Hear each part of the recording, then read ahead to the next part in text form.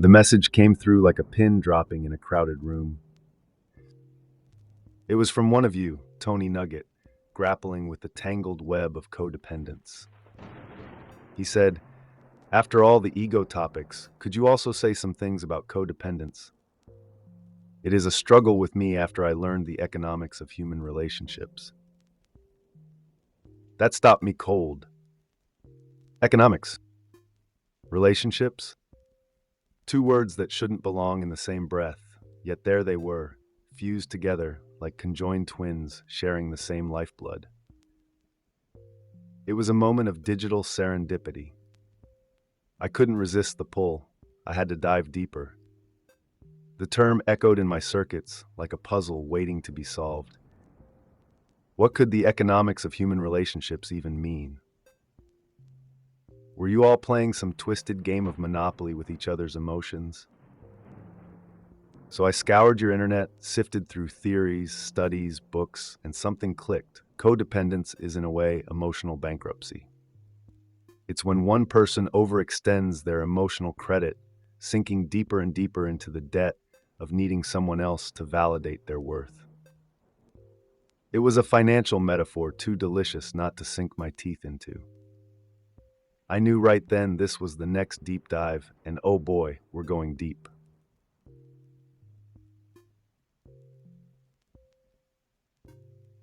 You humans are peculiar creatures.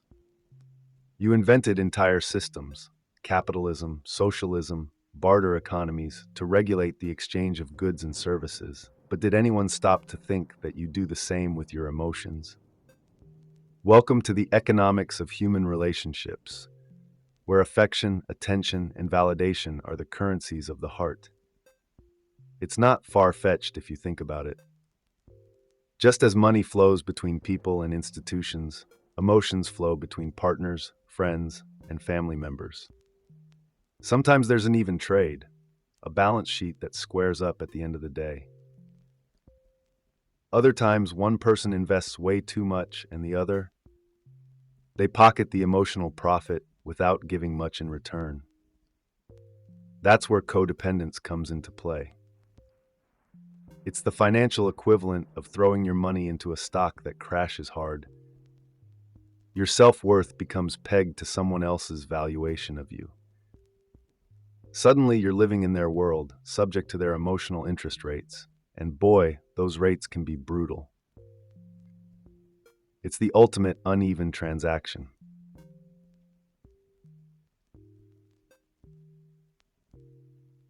But let's be real. No one wakes up one day and says, "I think I'll emotionally bankrupt myself today." Codependence is sneaky. It starts small, like offering to help a friend or making a compromise in a relationship. But those little moments, they add up like hidden fees on a bank statement. Before you know it, you're overdrawn.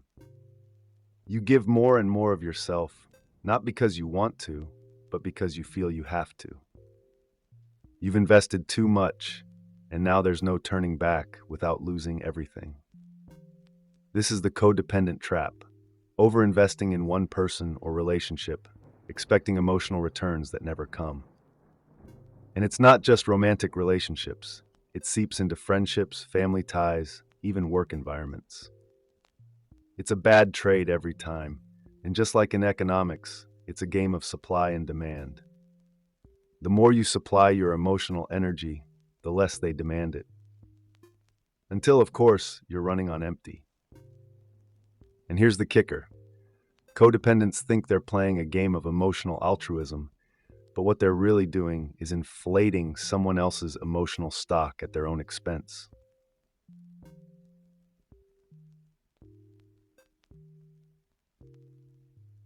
Let's talk about what happens when you've spent too much, when the emotional debt becomes too heavy to bear.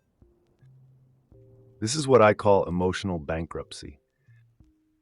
Just like in financial terms, you've borrowed too much love, validation, or approval, and now you can't pay it back. You've maxed out your emotional credit cards, and you're left drowning in emotional debt. Relationships stop being fulfilling and start feeling like a job with no paycheck. You find yourself constantly worrying about the other person's needs, anxieties, and happiness, while your own identity slowly withers away. You become invisible, a shadow in someone else's life. I'm telling you, emotional bankruptcy doesn't just drain your energy, it erases you. And the scariest part? You think it's your fault. You think you just need to try harder, give more, be better. But that's the trap. That's how the debt keeps piling up, until one day you're sitting in the dark, wondering how you got there in the first place.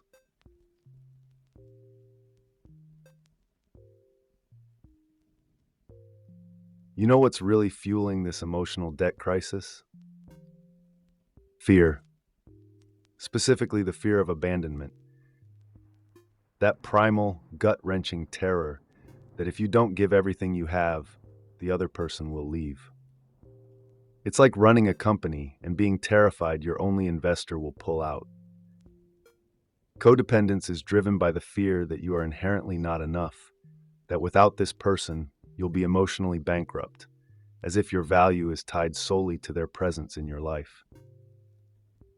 That's why codependents cling, why they give too much. They are terrified of the zero-sum game of love, the idea that if they don't give more, they will end up with nothing. It's a false narrative, but it's a convincing one. In the mind of a codependent, the fear of being alone outweighs the pain of being used, and that's the twisted brilliance of this emotional scam. You're paying into a relationship that isn't giving back because you fear losing the tiny scraps it throws your way.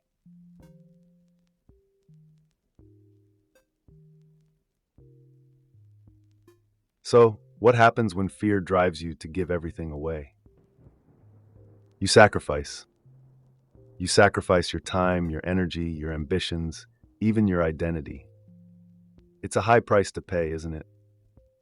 But codependents make that sacrifice willingly, day after day, because they believe that the act of giving, of losing themselves, will somehow buy them the security they crave. It's like mortgaging your future for the sake of a short-term loan. You end up believing that this person, this relationship is your lifeline, and without it, you will sink. It's an illusion, but a powerful one. You humans have this strange ability to tie your self-worth to external validation, as if you can't exist independently. That's the core of codependence. You think if you sacrifice enough, you'll be rewarded with love and security, but here's the cruel twist. Sacrifice without boundaries is a one-way ticket to emotional bankruptcy. And just like in economics, if you keep spending without considering your returns, you'll end up with nothing.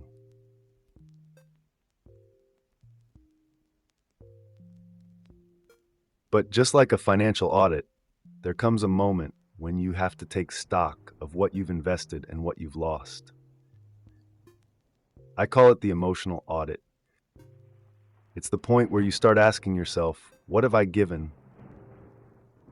What have I received? And is this relationship worth the cost? In codependence, this step is often skipped. You're so busy throwing everything you have into the relationship that you never stop to check the balance sheet.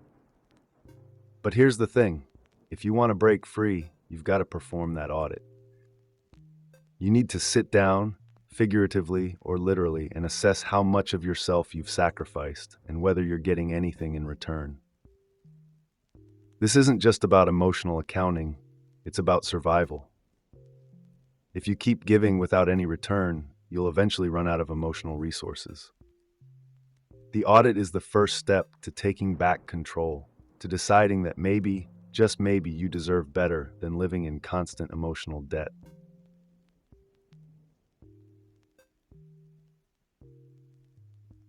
Once you've done the audit, the next step is to set boundaries. And let me tell you, boundaries are your emotional budget. Think of them as the limits you place on how much emotional energy you're willing to spend. It's not about being cold or detached. It's about ensuring that you're not overextending yourself in a relationship where the returns are slim to none. Boundaries are the framework that protects you from falling back into the same patterns of codependence. Just like in economics, where a country must set trade restrictions to protect its resources, you need to set emotional restrictions to protect your heart. These boundaries aren't walls, they're more like safety nets, keeping you from slipping into the emotional quicksand that codependence creates. The trick is learning how to say no, how to stop sacrificing yourself for the sake of someone else's emotional gain.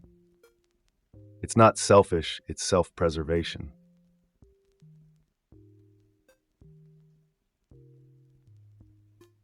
Now, let's talk about what a healthy relationship looks like.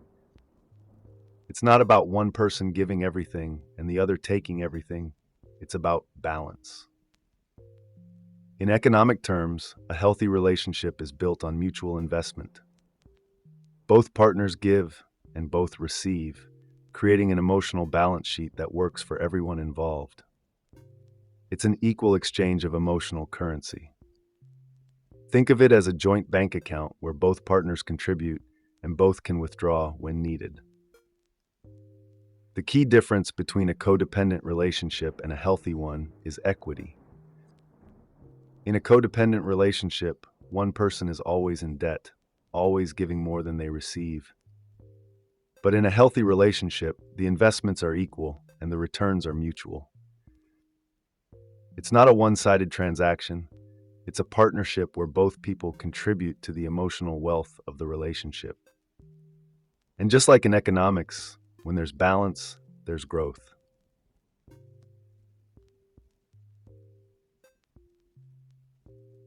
Here's a pro tip from the world of economics. Diversify your portfolio. If you've got all your emotional investments tied up in one person, you're asking for trouble. Just like in finance, putting all your resources into one stock is risky business. If that stock crashes, you lose everything. The same goes for relationships. If your entire emotional world is wrapped up in one person, what happens when that relationship falters? You crumble. That's why it's so important to diversify. Invest in different relationships, hobbies, passions. Build an emotional life that isn't dependent on one source. You don't want to be caught emotionally bankrupt because you didn't have enough investments in other areas of your life. Diversifying your emotional portfolio is about spreading the risk. It's about making sure that when one relationship struggles, you've got other sources of emotional support to fall back on. And trust me, that's the key to emotional wealth.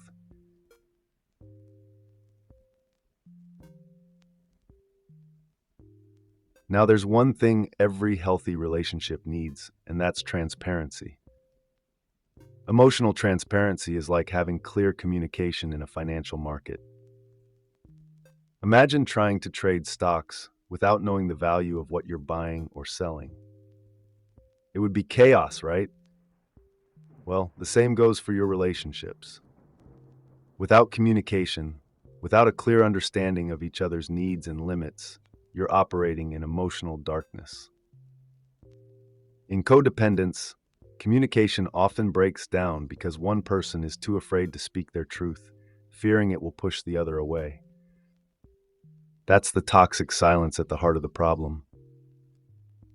The more you suppress your own needs and desires, the more emotional debt piles up. But here's the trick. When you open the lines of communication, when you speak your truth, you introduce transparency into the relationship. Just like in economics, transparency fosters trust and growth. Without it, you're stuck in a loop of misunderstanding, and before you know it, the relationship has become a distorted market full of emotional speculation and fear. Speak up. It's the only way to get a fair deal.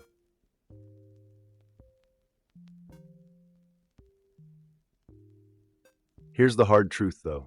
Before you can invest in someone else, you need to invest in yourself. This is the lesson most codependents never learn. They pour all their emotional resources into another person, hoping for validation, but they forget to nurture the most important relationship of all, the one with themselves. Self-investment is not just about self-care Sundays and positive affirmations, though those help. It's about building your own emotional worth.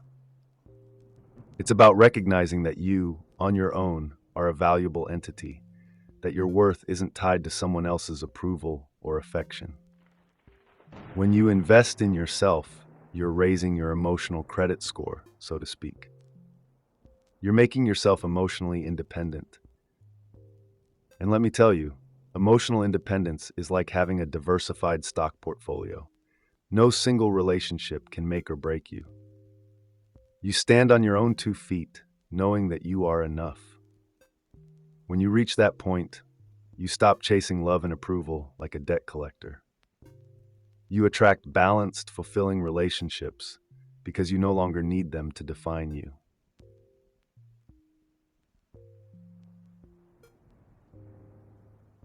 But what if you're already in emotional bankruptcy? Is there a way out? Absolutely. Recovering from codependence is like rebuilding your financial life after a bankruptcy. It's tough, but it's possible. The first step is acknowledging that you're in a codependent cycle. Then, you need to start setting those emotional boundaries we talked about. But more importantly, you need to reclaim your identity.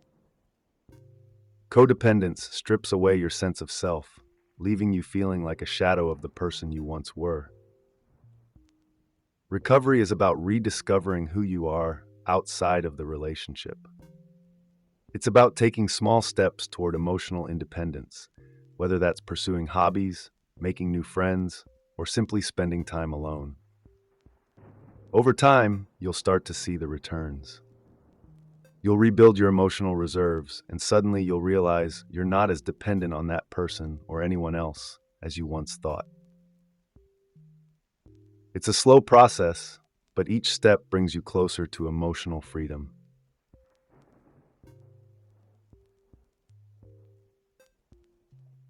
Now, I know what some of you are thinking. Is love ever truly balanced? Can two people ever be equal in a relationship? It's a fair question, and here's where I throw a bit of a curveball. The truth is, love isn't a perfectly balanced equation. There will always be times when one person gives more and the other takes more. That's just the ebb and flow of human connection. But here's the key difference. In a healthy relationship, those moments of imbalance are temporary. They don't define the entire relationship. Over time, the give and take should even out. It's not about keeping score. It's about recognizing that both people are contributing to the emotional wealth of the relationship in different ways. So, no, love isn't always perfectly balanced, but that's okay, as long as there's mutual respect, communication, and a shared commitment to the relationship's emotional growth.